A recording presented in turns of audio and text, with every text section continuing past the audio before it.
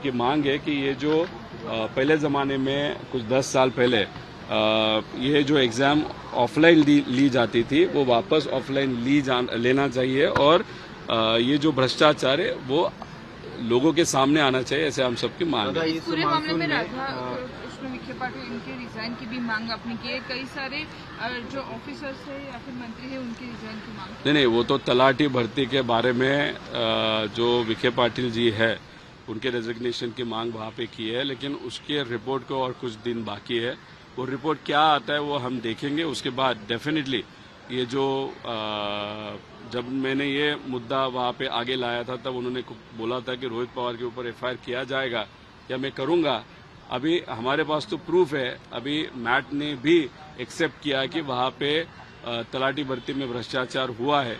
अगर इतने प्रूफ है तो आगे जाके डेफिनेटली एक इंटरनल रिपोर्ट अभी बनाया जा रहा है। वो रिपोर्ट आगे जैसे ही आएगा तो वहाँ पे भी पता चलने वाला है कि तलाटी भर्ती में बहुत बड़ा भ्रष्टाचार हुआ है और जब रिपोर्ट हाथ में आएगा तब विखे पाटिल जी का इस्तीफा हम 100% वहाँ पे मांगेंगे। दादा, जिस तरह से नासिक में 5-6 मौतें हुई है, भिवंडी में मौत हुई एक महिला की, उसके बाद जो TDRF का जो जवान था डिजास्टर मैनेजमेंट का ही जो लोगों की जान बचा उसकी मौत शाहपुर हाईवे पे हुई है। इतने रास्ते खराब है, सरकार कह रही थी कि हम कंक्रीट मुक्त जो है गड्ढे मुक्त जो है करेंगे महाराष्ट्र को, मुंबई को।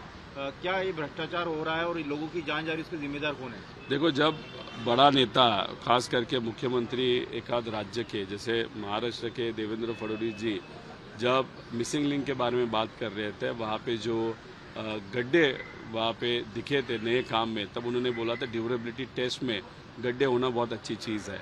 अभी ये जो गड्ढे नेशनल हाईवे पे या जो महानगर पालिका का काम वहाँ पे चल रहा है और उसमें अनफॉर्चुनेटली जो गरीबों का मौत वहाँ पे हो रही है एक्सीडेंट के कारण, तो वहाँ पे वो ड्यूरेबिलिटी टेस्ट का ये साइड इफेक्ट है या ड्यूरेबिलिटी टेस्ट का ये हिस्सा भी है, ये देवेंद्र फडणवीस साहब जी ने वहाँ पे बताना चाहिए लोगों को जिनके यहाँ कोई वहाँ पे मरा है।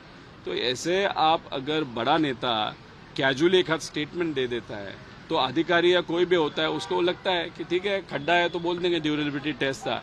इसीलिए जब काम किया जाता है तब अच्छे तरीके का काम न करने के कारण, उसमें भ्रष्टाचार होने के कारण वहाँ पे ये जो अधिकारी और नेता है वो लोगों को जो तकलीफ होती है वो अनफॉर्चुनेटली नहीं देखते। सिर्फ उनको क्या देखना है तो पैसा देखना है, माल देखना है, बाकी कुछ नहीं। क्या होमिसाइड गैर हत्या का मामला दर्ज होना चाहिए, क्योंकि ये बहुत संगीन मामला है, लोगों की जान चली जाती है, सरकार और अधिकारी सिर्फ बाद में जाकर गड्ढा भर देते हैं, लीपापोती हो जाती है, कुछ नहीं होता बाद में। देखो, वहाँ पे अगर उनके परिवार के तरफ से कोई भी कोर्ट में जाता है, एफआईआर करने की कोशिश करता है और एफआईआर अगर पुलिस नहीं लेती तो डेफिनेटली हम सपोर्ट करेंगे कि एफआईआर लेनी चाहिए और वहाँ पे कार्रवाई उस अधिकारी या जो भी व्यक्ति जिम्मेदार है उसके ऊपर कार्रवाई होनी चाहिए। सुनेत्रा पवार इनको गूंगी गुड़िया इस शब्दों का प्रयोग जो है कांग्रेस द्वारा किया जा रहा है, कि आपको लगता है अजित पवार अगर होते तो इस शब्दों का इस्तेमाल करने की कोई सोच भी नहीं सकता था?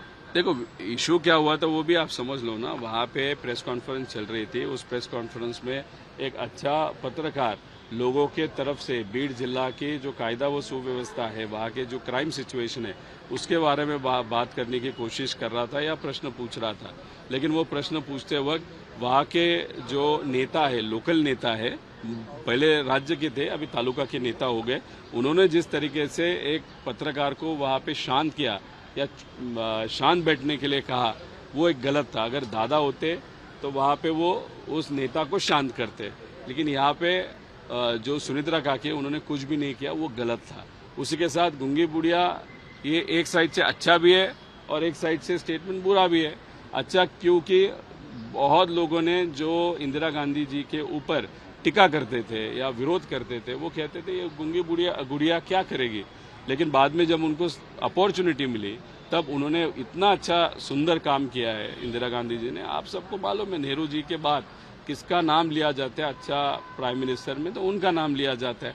तो अभी अगर आपके पास पद है, मतलब सुनेत्रा जी के पास अगर पद है, लेकिन उस पद का उपयोग अगर आप एक आध पत्रकार के ऊपर अन्याय होता है उस अन्याय रोकने के लिए उस पद का इस्तेमाल नहीं करते तो वो गलत चीज है। सर, सिक्किम बैंक केस के मामले में भी जो है कई करोड़ों का स्कैम जो है वो बाहर आ रहा है, राज ठाकरे ने इशू उठाया है, उन्होंने बाकायदा एकनाथ शिंदे जी को लेटर भी लिखा था, किसे देखेंगे सर? जो जिम्मेदार है उनको पकड़ो, जेल में डालो, और कौन कौन बड़े लोग उसमें है सब देख लो।